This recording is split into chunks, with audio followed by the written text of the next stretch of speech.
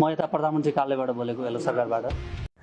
आजभन्दा अगाडिको प्रधानमन्त्री कार्यालयबाट कसरी काम हुन्थ्यो, के काम हुन्थ्यो त्यो चाहिँ जनताले आजसम्म देखेको थिएन हैन। तर आज एउटा भिडियो आएको रहेछ जुन प्रधानमन्त्री कार्यालयभित्र के हुँदो रहेछ, कसरी काम हुँदो रहेछ, यो एउटा क्लिप हेर्नु है। म यता प्रधानमन्त्री कार्यालयबाट बोलेको येल्लो सरकारबाट। यो भिडियो हो प्रधानमन्त्री कार्यालय। म प्रधानमन्त्री कार्यालय येल्लो सरकारबाट। म यता प्रधानमन्त्री कार्यालय येल्लो सरकारबाट। आज हामी तपाईलाई देखाउने छौं प्रधानमन्त्री बालेन शाहको कार्यालयभित्र कसरी काम हुन्छ। नागरिकले खोजेको सेवा चाहिँ तुरुन्तै जहाँ रोकियो त्यहाँ समाधान गरिदिनु चाहिँ हामीले यसरी काम गरिरहेका छौँ। आजको एक्सक्लुसिभ भिडियोमा हामी देखाउँदै छौं प्रधानमन्त्री बालेन शाहको कार्यालयभित्र कसरी काम हुन्छ। कतै उपाय नलागेपछि यहाँ कल गर्नु भयो होला तपाईले पनि। हुन्छ, यो गुनासो हजुरले लिखित रूपमा हाम्रो पठाइदिनुहोस् त्यो WhatsApp-बाट। गुनासो आएको छ। यहाँ देख्न सक्नुहुन्छ धमाधम जनताको कामको समाधान भइरहेको छ।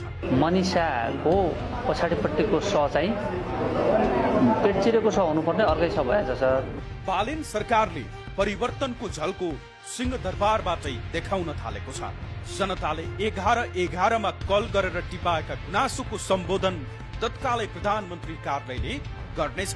काठमाडौँमा आउनुभयो तपाईँ राति 1 बजे भने मलाई ट्याक्सी पाइएन भनेर हेलो सरकारमा फोन गर्नुभयो भने हामी ट्राफिक प्रहरीसँग समन्वय गरेर उहाँको लोकेसन हेरेर ट्याक्सीसम्म व्यवस्थापन गर्न सक्ने गरी चाहिँ त्यो तयारी चाहिँ हामी चाहिँ गरिरहेको छौँ। गुनासो समाधानको 100% सुनिश्चितताका लागि नागरिकको सन्तुष्टि मापन प्रणाली लागू गरिएको छ।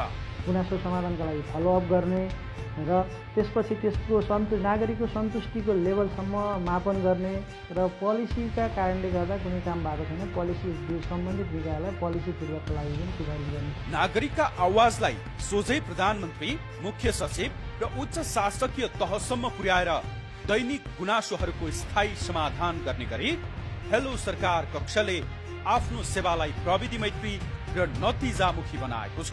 कुनै पनि गुनासोकर्ताले 11-11 यातायात कार्यालयमा गएर जिल्ला प्रशासनको नागरिकता गुनासो गर्न पनि पाइन्छ। हेलो सरकार मार्फत गुनासो पहिला चाहिँ मान्छेलाई अप्ठ्यारो पर्दा या केही अब गुनासो हुँदाखेरि मान्छेहरू या अब वडा कार्यालय या अन्त कतै जान्थे होला हैन। तर अहिले चाहिँ आफूलाई केही भन्नु छ, आफूलाई केही अप्ठ्यारो परेको छ भने सिधै प्रधानमन्त्री कार्यालयमा चाहिँ हजुरले कल लगाउन सक्नुहुन्छ। एउटा उहाँहरूले चाहिँ कलको नम्बर पनि त्यहाँ उसमा राखिदिनु भएको छ, सायद बालेन शाहकै अफिसियल पेजमा पनि छ जस्तो लाग्छ मलाई हैन। तर यो चाहिँ एउटा राम्रो चेन्जिङ पोइन्ट हो। अब जनताबाट सिधै प्रधानमन्त्री कार्यालयमा आवाज पुग्नु भनेको यो चाहिँ एकदमै राम्रो लाग्यो है मलाई। तपाईहरुलाई के लाग्छ कमेन्ट गर्नुहोस्।